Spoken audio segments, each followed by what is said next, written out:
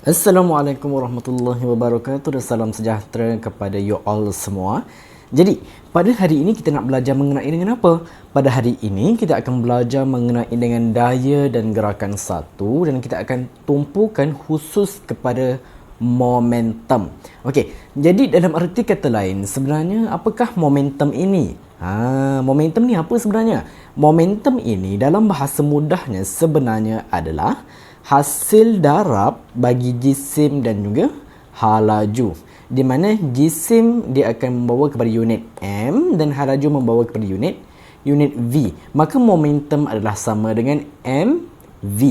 Jadi dalam momentum, untuk video kali ini kita akan belajar mengenai dengan 3 konsep, di mana konsep yang pertama kita akan belajar mengenai dengan perlanggaran kenyal.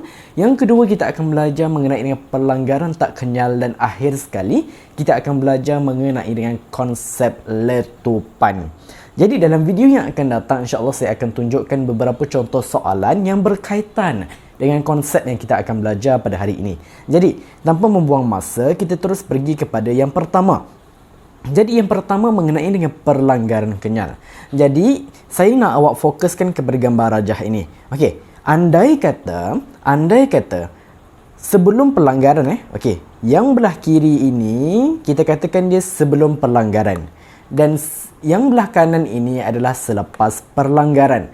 Andai kata kita berada dalam satu situasi di mana ada dua buah kereta yang nak bertembung.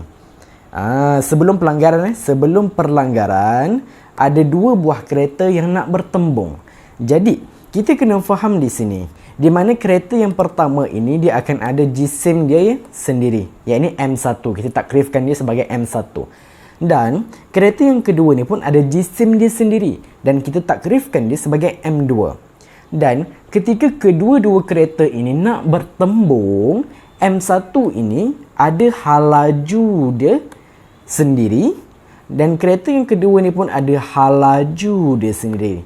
Jadi saya nak awak perhatikan di mana saya tulis dekat sini U1 dan U2. Okey, U1 dan U2 ni dia bermaksud kepada halaju awal. Okey, di mana awak kena remind balik di mana yang saya cakapkan ini mengenai dengan sebelum perlanggaran. Jadi sebelum pelanggaran kita takrifkan laju dia sebagai halaju awal. So that's why dekat sini saya takrifkan sebagai M1 U1 untuk menceritakan mengenai dengan jisim dan juga halaju bagi kereta yang pertama. Okey, manakala bagi kereta yang kedua pula, untuk nak ceritakan mengenai dengan jisim dan halaju dia, saya takrifkan dia sebagai M2 dan juga U2. Macam tu. Okey, ini sebelum perlanggaran. Selepas perlanggaran, okey, awak kena faham bila kita ceritakan mengenai dengan perlanggaran kenyal, apa yang terjadi selepas perlanggaran adalah dia akan bergerak melawan halaju awal dia tadi. Bermaksud awak tengok untuk kereta yang pertama, halaju awal dia bergerak ke kanan. Halaju awal dia bergerak ke kanan.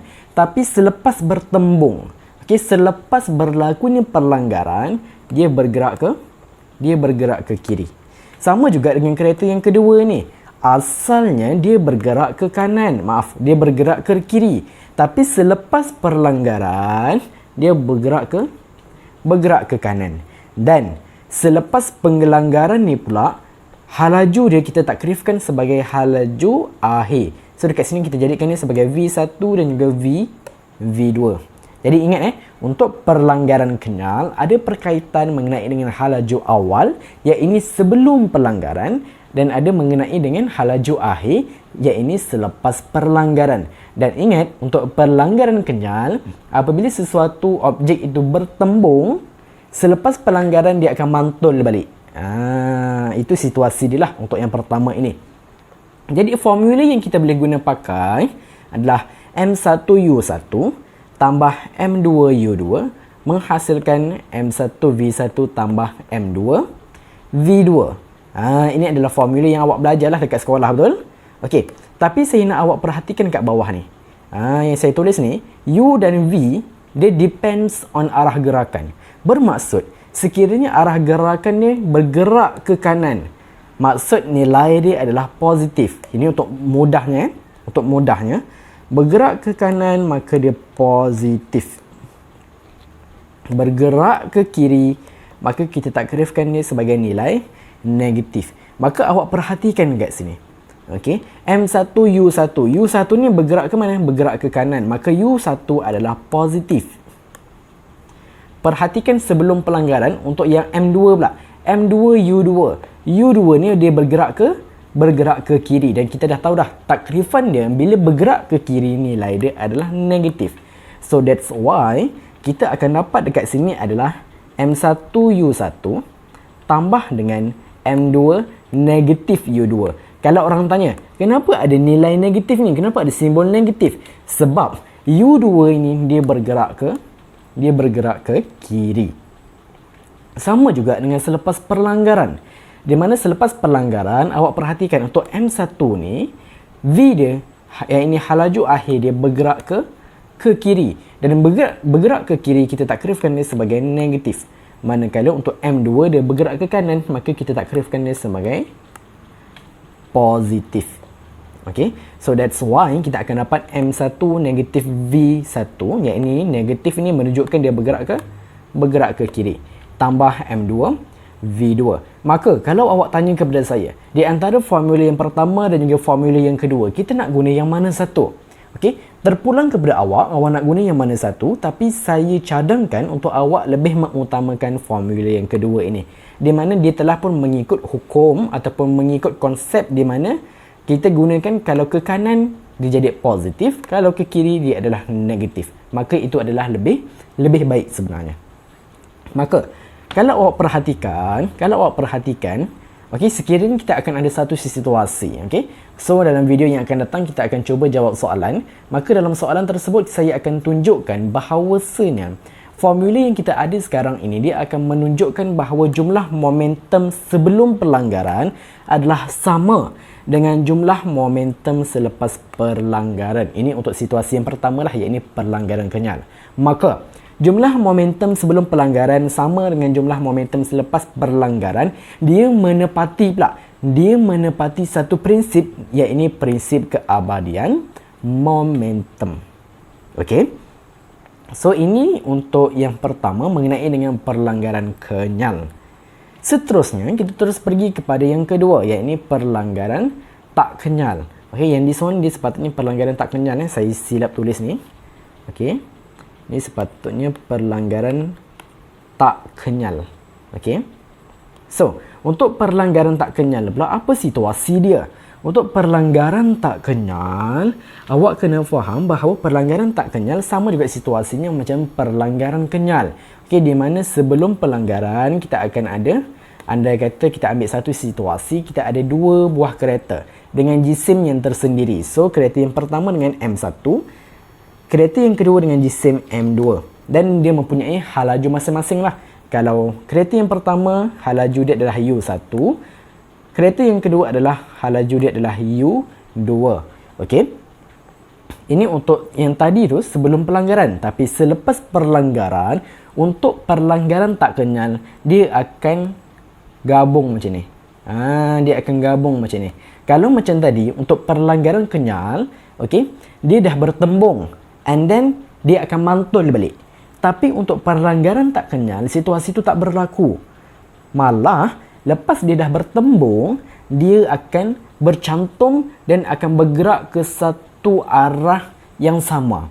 Maka awak tengok dekat sini, andai kata kita ada dua buah kereta. So, dua buah kereta ni selepas pelanggaran dia bercantum. Dan dia bergerak kepada satu arah yang sama, iaitu ke kanan. Maka, halaju kita just akan takrifkan dia sebagai V sahaja. So, tak ada V1, tak ada V2. Okay, just takrifkan dia sebagai V sahaja. Kenapa? Sebab dia bergerak kepada satu arah yang sama. Maka formula dia kita tidak akan dapati adalah M1U1. Okay, di mana U1 ni kita akan dapat positif sebab dia bergerak ke kanan. Dan tambahkan dengan M2 negatif U2. Kenapa negatif? Sebab awak tengok dekat sini pergerakan dia adalah ke kiri. Maka ke kiri kita akan dapati nilai dia adalah negatif. Sama dengan M1 tambah M2. Okey, M1 tambah M2. Kerana kereta pertama tambahkan dengan jisim kereta kedua. Sebab dia dah bercantum dah. Dia dah bercantum dan bergerak pada arah yang sama. So that's why kita just permudahkan dia dengan jadikan M1 tambah M2. Di mana jisim kedua-dua buah kereta kita totalkan.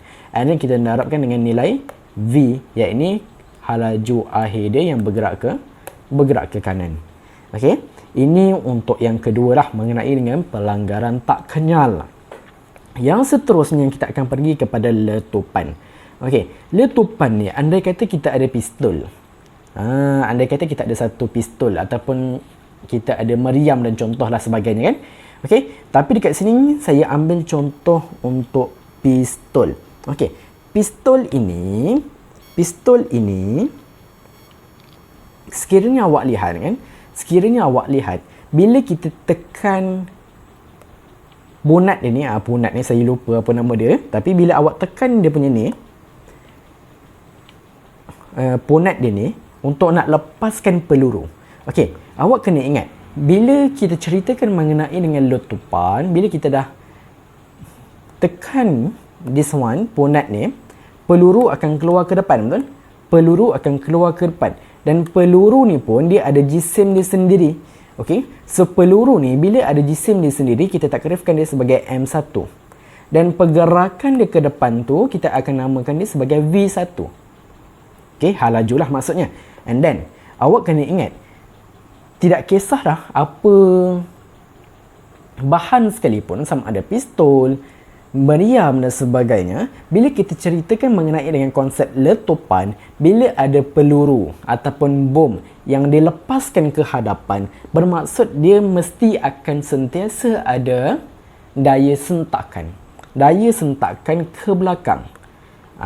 So daya sentakan ke belakang inilah kita namakan dia sebagai V2. Dan M2 ni kita akan ambil daripada jisim pistol itu sendiri. Maka kita akan dapati formula untuk letupan adalah M1V1 sama dengan M2V2.